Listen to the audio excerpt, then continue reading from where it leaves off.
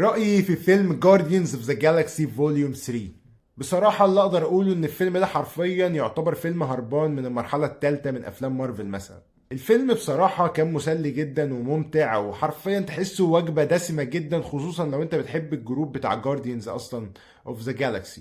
لو انت ما بتحبهمش ما تحكمش على حاجة، لكن بجد الفيلم فعلا متماسك بدرجة كبيرة جدا. لو اتكلمنا مثلا على الهزار والنكت في الفيلم فهي كانت ممكن تكون كتير لكنها منطقية وبتضحك فعلا، وتيجي من تصرفات الشخصيات. يعني فعلا انت عارف ان كل شخصية على مدار الافلام اللي فاتت، انت دلوقتي انت عندك Guardians of the Galaxy Volume 1 و 2، وان هم ظهروا في فيلم Avengers Infinity War واند جيم، فحرفيا انت بقيت آلف الشخصيات وعارف طباعها وعارف اسلوبها، ففعلا الكوميديا منطقية وفعلا ما بتحسش انها مفتعلة. ونيجي مثلا لأداء الممثلين حرفيا أدائهم كله فوق الرائع. يعني حرفيا بتحس ان الممثل خلاص يعني شربوا الشخصيات، ففعلا بيمثلوا بسهولة جدا وحرفيا ما بيعملوش اي مجهود. الفيلم حرفيا فيلم دسم فيه تفاصيل كتير جدا. مدة الفيلم ساعتين تقريبا ونص، وده وقت كويس جدا ان هم يحكوا القصة بتاعتهم. انت عندك مثلا القصة الخلفية لشخصية روكيت، وعندك شخصية آدم وورلوك اللي بتظهر لأول مرة في الفيلم، عندك فيلن خطير ذا هاي ايفولوشنري. فحرفيا الفيلم فيه أحداث كتير كده وتحسه فعلا يعني دسم. طبعا الدراما كانت عالية في الفيلم ده كعادة جيمس جان من وجهة نظري. يعني انا فاكر ان في الجزء الاول وفي الجزء الثاني حرفيا كان في مشاهد قربت ادمع فيها. فعلا جيمس جان بيحط روح وبيحط مشاعر في الافلام، مش مجرد فيلم سوبر هيرو شوية ضرب وشوية اكشن ويلا نقفل الفيلم وحلو وجميل. فبرضو على قد ما فيه كوميديا تمثيل حلو جدا، في مشاهد اكشن معمولة بشكل كويس جدا جدا. في مشهد لحد دلوقتي انا مش ناسيه، مشهد حرفيا في ممر الجارديانز بيواجهوا جنود الفيلن، وفعلا مشهد فيه سلو موشن ما بين ضربات كل فرد من افراد الجارديانز ضد الجنود دول، وفعلا مشهد اخراج رائع وحلو جدا بصراحة. القصة الخلفية بتاعت روكيت بجد درامية قوي ومحزنة قوي عن اللي حصل له، رغم ان احنا كان عندنا هنتات من الجزء الاول ومن الجزء التاني، لكن ما توقعناش الموضوع بالشكل ده او بالشكل اللي عرض بيه الموضوع جيمس جان في الفيلم ده.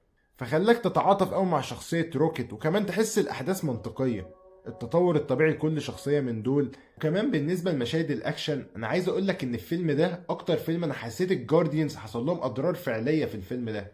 الافراد اتصابوا كتير، وكان في مشاهد الاكشن كنت بتحس بألم الضربات، او انا كنت حاسس دي الشخصيه زي ما انا بتتوجع قوي، الضربات دي شكلها قويه جدا.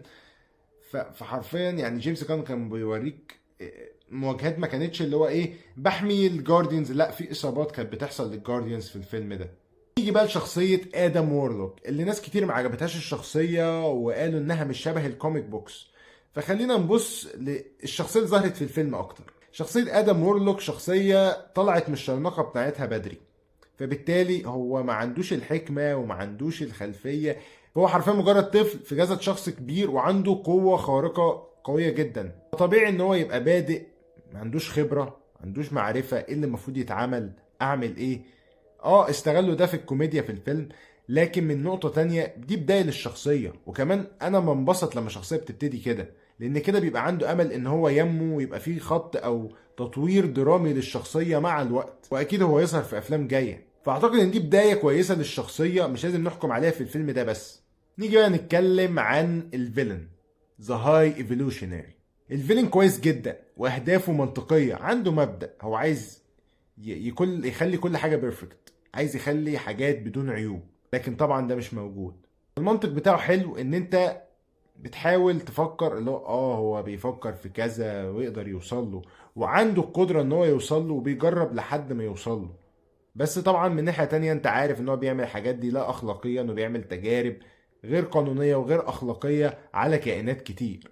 بجد الفيلن عجبني، والاداء بتاع الممثل بصراحة كان جميل جدا برضه. نهاية الفيلم صدمتني شوية، يعني كنت متوقع نهاية مأساوية اكتر.